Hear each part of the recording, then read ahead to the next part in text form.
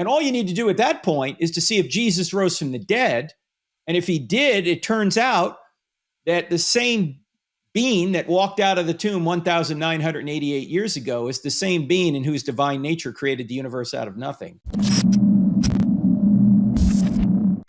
So when you debate with an atheist or have a discussion with someone who's questioning the existence of God, what have you found to be some of the more effective ways of at least getting them to think in ways maybe they've never thought about the issue before?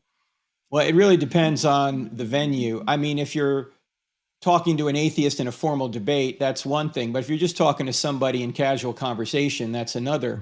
I think you want to establish common ground first. You know, what do you believe is true? And then work from there.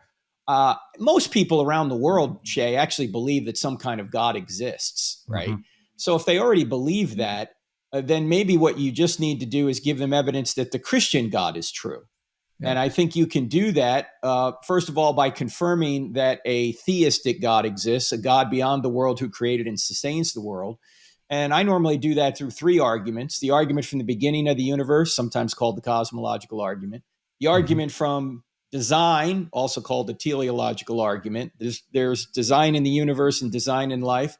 And the argument from morality, known as the moral argument. So cosmological, teleological, and moral arguments. And when you unpack those arguments, Shea, you get a being that looks like the God of the Bible without even opening the Bible. For example, from the cosmological argument alone, which, by the way, atheists are admitting the data for the fact that the universe had a beginning. They're admitting that the universe had a beginning. Stephen Hawking, famous atheist physicist, famously said, almost everyone now believes that the universe and time itself had a beginning at the Big Bang.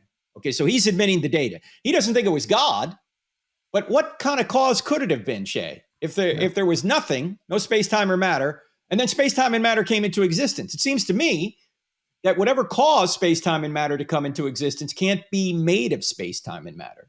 In other words, the cause must be spaceless, timeless, immaterial, powerful to create the universe out of nothing, personal in order to choose to create, because only persons can choose to create or choose to do something, also intelligent, or, you know, to have a mind in order to make a choice. So I always ask people, I say, when you think about a spaceless, timeless, immaterial, powerful, personal, intelligent cause, who do you think of?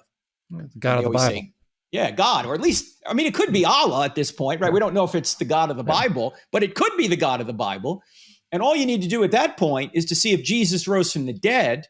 And if he did, it turns out that the same being that walked out of the tomb 1,988 years ago is the same being in whose divine nature created the universe out of nothing. So it is the God of the Bible.